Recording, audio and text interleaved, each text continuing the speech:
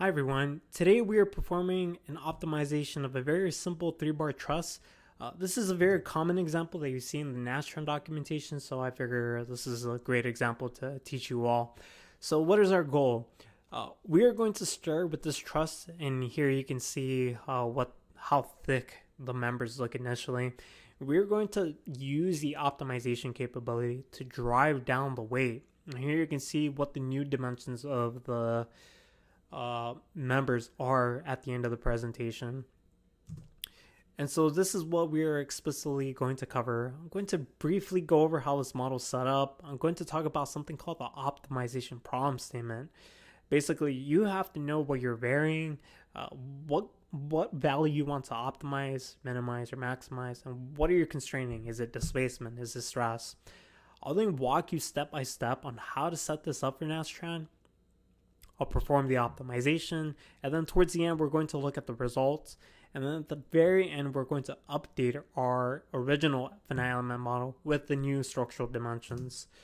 So just in case you are a professional engineer and you want more advanced training or you have an explicit question, you can send me an email address at this, or rather you can send me an email at this address, and I will definitely get back to you with the response. If you're a student or professional engineer and would like free access to the Nastran Solution 200 web app, you can also contact me at this email address.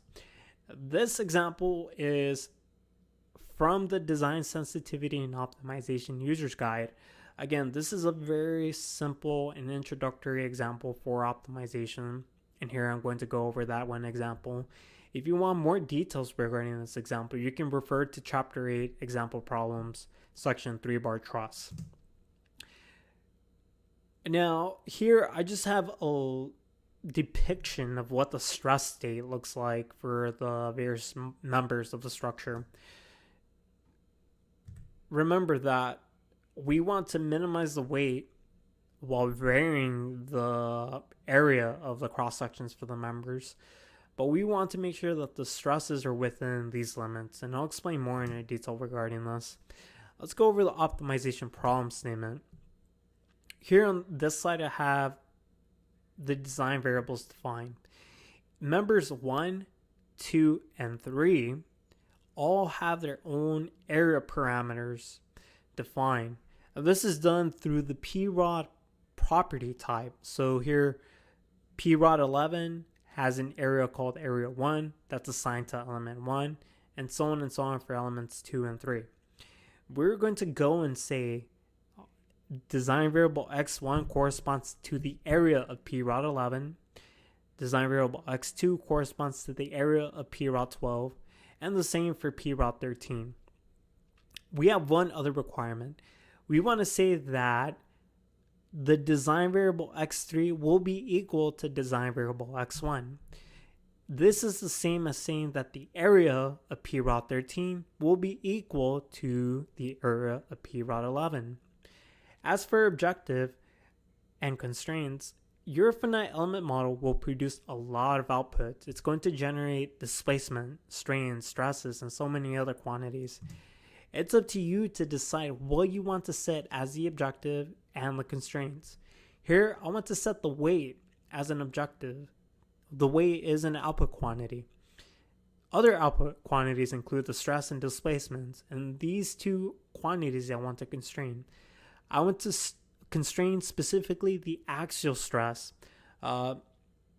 Your members, your structural members, are going to produce a lot of stress quantities, so you have to be knowledgeable in which specific stress quantity you want to select. Here we are going to say that the stress is allowed to be between negative 15,000 and positive 20,000. As for the displacement, we want to constrain the displacement at node 4 in the x and y direction. So here the range of allowed values will be negative 0.2 and positive 0.2. And one thing I should mention, we have two load cases here, and I'll explain more why this is important in a moment. So now let's go through the procedure on how to set this up for Nastran Solution 200. I am assuming you've already set this up in Patran or your own pre-post processor. You've already gone through the process of making sure you can successfully perform a stress analysis on your structure. There are no errors whatsoever in your structure. Once you export your model, you will have a local copy on, say, your desktop.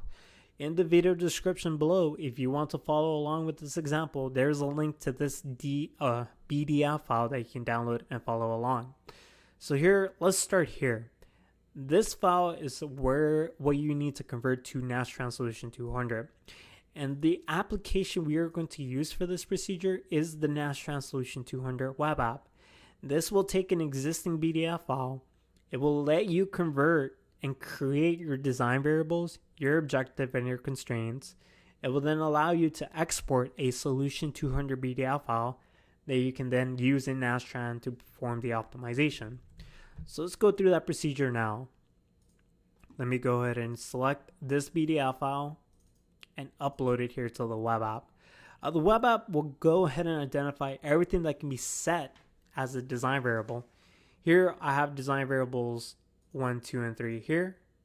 Alternatively, I could have used this other method. So here, let me go ahead and type in the boundaries 0.01 and 100. Here, what's going to happen, and let me type in the filter.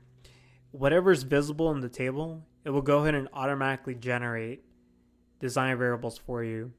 The second thing it will do, it will use these specify lower bounds and upper bounds, and it will assign those automatically to whatever's generated. So that's a fast way of creating your design variables, just in case you have 100 design variables and you need to quickly make them. So here, design variable x1 corresponds to the area of PROT 11, x2 the area of PROT 12, and the same for PROT 13. Now, remember the link that we have to create. We are going to say that the design variable x3 will be equal to design variable x1. And now let's move on to the objective. Here we'll go ahead and select the weight as the objective, and by default it's set to minimize whatever the objective is.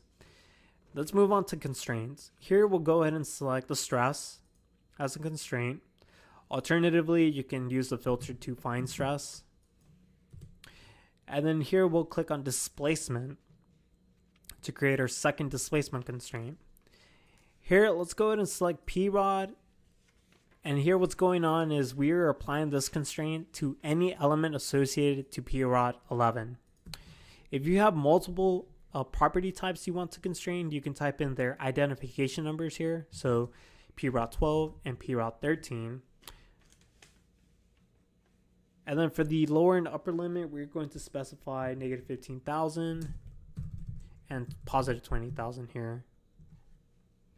And then for the specific stress quantity, you can see we have various options here. We want to set the axial stress as the specific quantity to constrain. Now for the displacement, we want to set both the x and y components of displacement as constraints. So here there's an option called 1, 2 for the 1 and 2 components. This will constrain both the x and the y components of displacement. This corresponds to the T1 and T2 directions. And we want to do this for grid or node 4. And then the lower and upper limit will be negative 0.2 and positive 0.2. Now, let's go ahead and jump to the exporter. One thing the web app will do for you, it will create, or rather, it will assign the constraints to all the load cases you have. So to manually specify where each constraint is applied to, click on subcases. Here, let's go ahead and displace all of the load cases. And here what I can do is I can say, I want the first R1 stress constraint to be applied to subcase 1 and the second constraint to subcase 1 also. I could do the same for subcase 2. Alternatively, you can just say, I want to apply all of these constraints to all the subcases, and that you can just mark all the checkboxes here. One other thing to note, you get these descriptions for your constraints. So if you ever have a question about how this is constrained, you can refer to the subcases here and look at the descriptions for more details on what you're constraining. So here I'm constraining the stress, specifically the axial stress of any element associated with P-rod 11, 12, and 13. Here I've constrained the T1 and T2 components, or the X and Y, of displacement at grid or node 4. So now, once you've emulated this exact setup, you can now move on to the exporter. Now let's go ahead and make sure that my downloads folder is empty. Let me download local copies of this file here on the left and the file here on the right. So here is the same finite element model or BDF file that's been created by your pre-post processor, except that it's been converted to solution 200. Here it's saying solution 200 and have statements for optimization. Again, the web app is what lets you perform this conversion. So now that I have this, I can start Nastran, point to the model BDF file, and perform the optimization. And with every optimization after it's complete, open the F06 file and go to the very bottom of the file and scroll up until you find this table here. And look at this. Make sure you have this message. Run terminated due to hard convergence at an optimum. This is indication that an optimization has been successfully completed. Now what I can do is navigate to the plotter here, and you'll notice that one of the files that's been created is a CSV file.